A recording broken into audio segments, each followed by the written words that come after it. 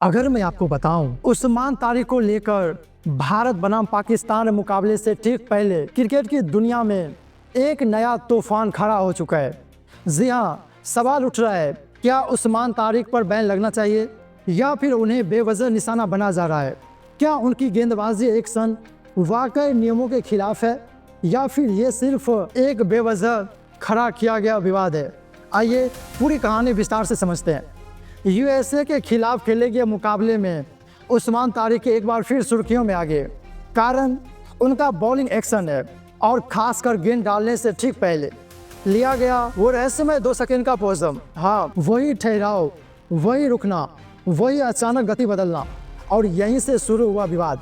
जब तारिक अपनी रनअप पूरी करते हैं तो डिलीवरी स्ट्राइक में आते हैं और ठीक गेंद छोड़ने से पहले हल्का सा रोकते हैं, एक पल के लिए थम जाते हैं, फिर गेंद रिलीज करते हैं तो बल्लेबाज के दिमाग में एक झटका सा लगता है, टाइमिंग बिगड़ती है, रिदम टूटती है और यहीं से बहस शुरू हो जाती है।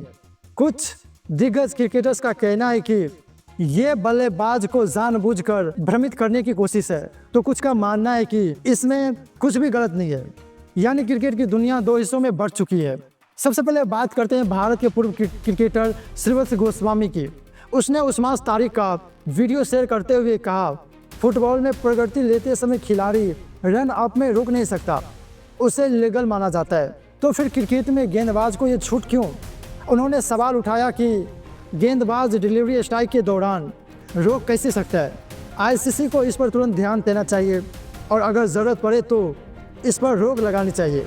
उनका मानना है कि गेंद फिटनेस ठीक पहले रुकना खेल की विपक्षता के खिलाफ है, लेकिन कहानी यही खत्म नहीं होती। इस मुद्दे पर भारत की एक और दिग्गज रविचंद्र अश्विन अपनी राय रखते हैं। अश्विन ने सीधे तौर पर उस्मान तारिक का समर्थन किया।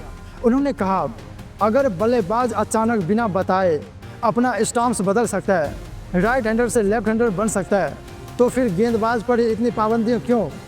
अश्विन का तर्क साफ है, जब बल्लेबाज को रणनीति बदलने की आज़ादी है तो गेंदबाज को भी अपनी रफ्तार और रिदम कंट्रोल करने का हक होना चाहिए।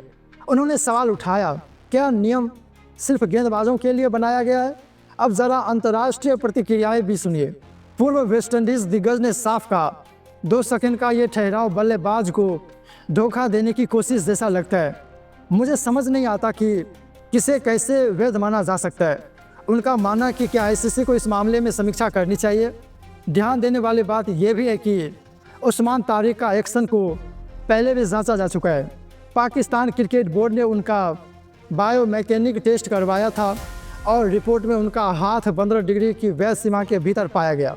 यानी तकनीकी रूप से उनका बॉलिंग एक्शन सही है। तो फिर विवाद कहाँ है?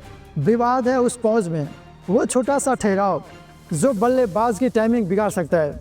अब सवाल ये उठता है, क्या ये चालाकी है या खेल का हिस्सा?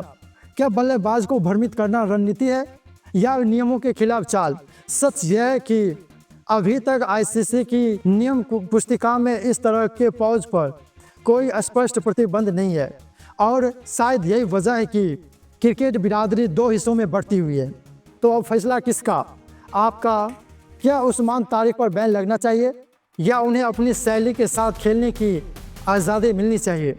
कमेंट करके ज़रूर बताएं आप किस पक्ष में हैं। अगर आपको ये वीडियो पसंद आया हो तो वीडियो को लाइक कीजिए, शेयर कीजिए और सब्सक्राइब कीजिए। फिर मिलते हैं हम आपसे अगले वीडियो में। जय हिंद, जय भारत।